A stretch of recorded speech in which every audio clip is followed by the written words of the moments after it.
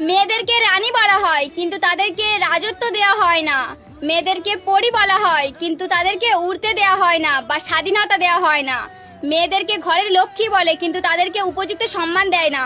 যেই দিন নারীরা নির্ভয়ে বাড়ির বাইরে পা রাখতে পারবে সেই দিন থেকেই শুরু হবে আসল স্বাধীনতা। সবাই মনে রাখবে যে হ্যাঁ, আমাদের দেশটা স্বাধীন, কিন্তু এখন নয়। হাতে জ্বলন্ত মোমবাতি, মুখে উলুধ্বনি আর শঙ্খর বাজনা শুনে সবাই বুঝবে হ্যাঁ, নারীরা সবসময় চুপ থাকে না। এই রকম ভিতরে ভিতরে কত ঘটনা আছে জানো দিদি। এখন সারা পৃথিবী লড়াই করছে শুধু তোমার বিচার চাওয়ার জন্য। সত্যি আজ দেখলে মনে হয় যে দিদিটা দেখে যেতে পারতো মানুষ কি না করতে পারে।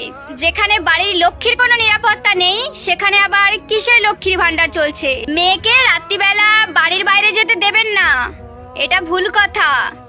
আপনার ছেলেকে সন্ধ্যাবেলা বাড়ির বাইরে যেতে বারণ করবেন যতদিন না সে মানুষ হচ্ছে। এই একটা ঘটনা নয়, এমন অনেক ঘটনা ভিতরে ভিতরে চুপ ছিল, আজ সেই ঘটনাগুলো উঠে আসছে চোখের সামনে। দিদি তুমি চিন্তা করো না, মানুষ